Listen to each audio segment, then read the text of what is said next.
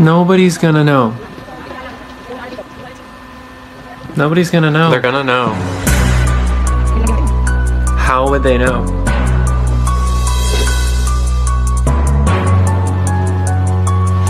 How would they know? How would they know? I can't. Oh my God! Sa kabila ng ganong kadaming tourist sa Mount Pinatubo, na-enjoy ba namin ang trip namin dito? Panoorin natin kung na-enjoy nga ba namin.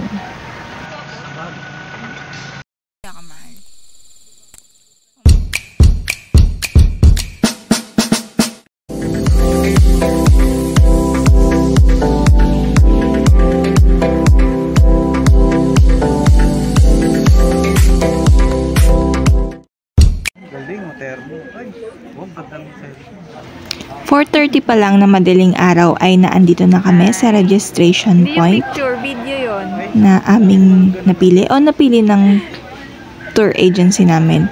At mas dumagsa pa yan habang tumatagal yung oras. Dito na namin ginamit yung time namin para mag-breakfast, mag-register, mag-check ng BP. At by the way, nag-check lang ng BP if you are 40 and up. Tapos po, may orientation din dyan.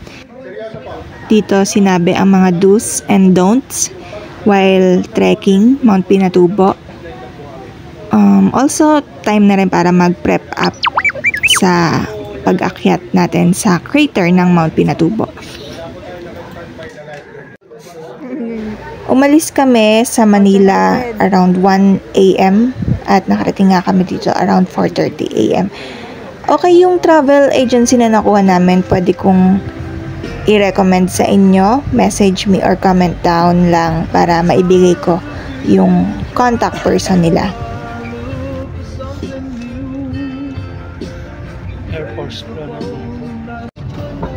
Para sa mas detalyadong impormasyon tungkol dito sa trip namin sa Mount Pinatubo, paki-click na lang yung link dyan sa ibaba sa description nitong video na to. At nandun yung bawat detalye na importanteng malaman nyo. Sa ngayon, panoorin nyo na lang to at i-enjoy ng walang nangiistorbong voice over. Okay, pakiclick na lang po yung link kung gusto nyo pong malaman ng iba pang detalye dito sa description ng video na to. And enjoy watching!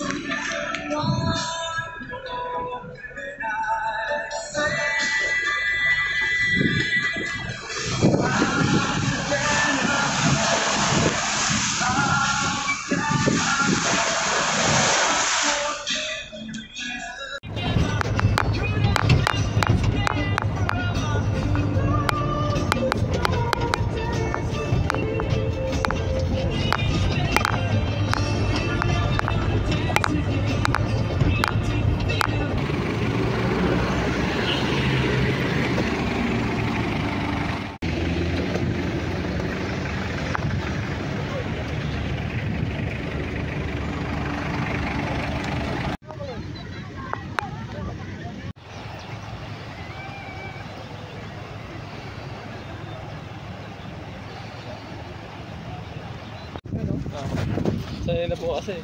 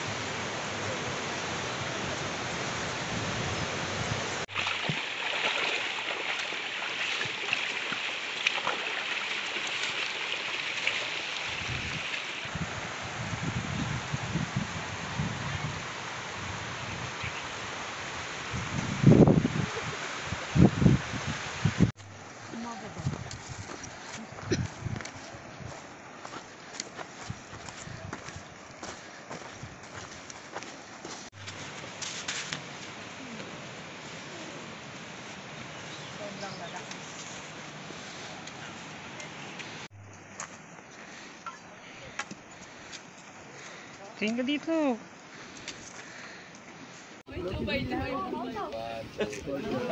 May wallet size.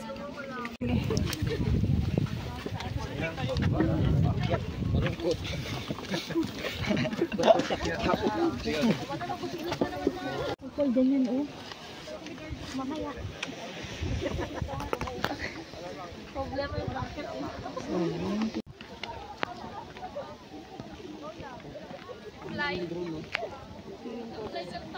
One, two.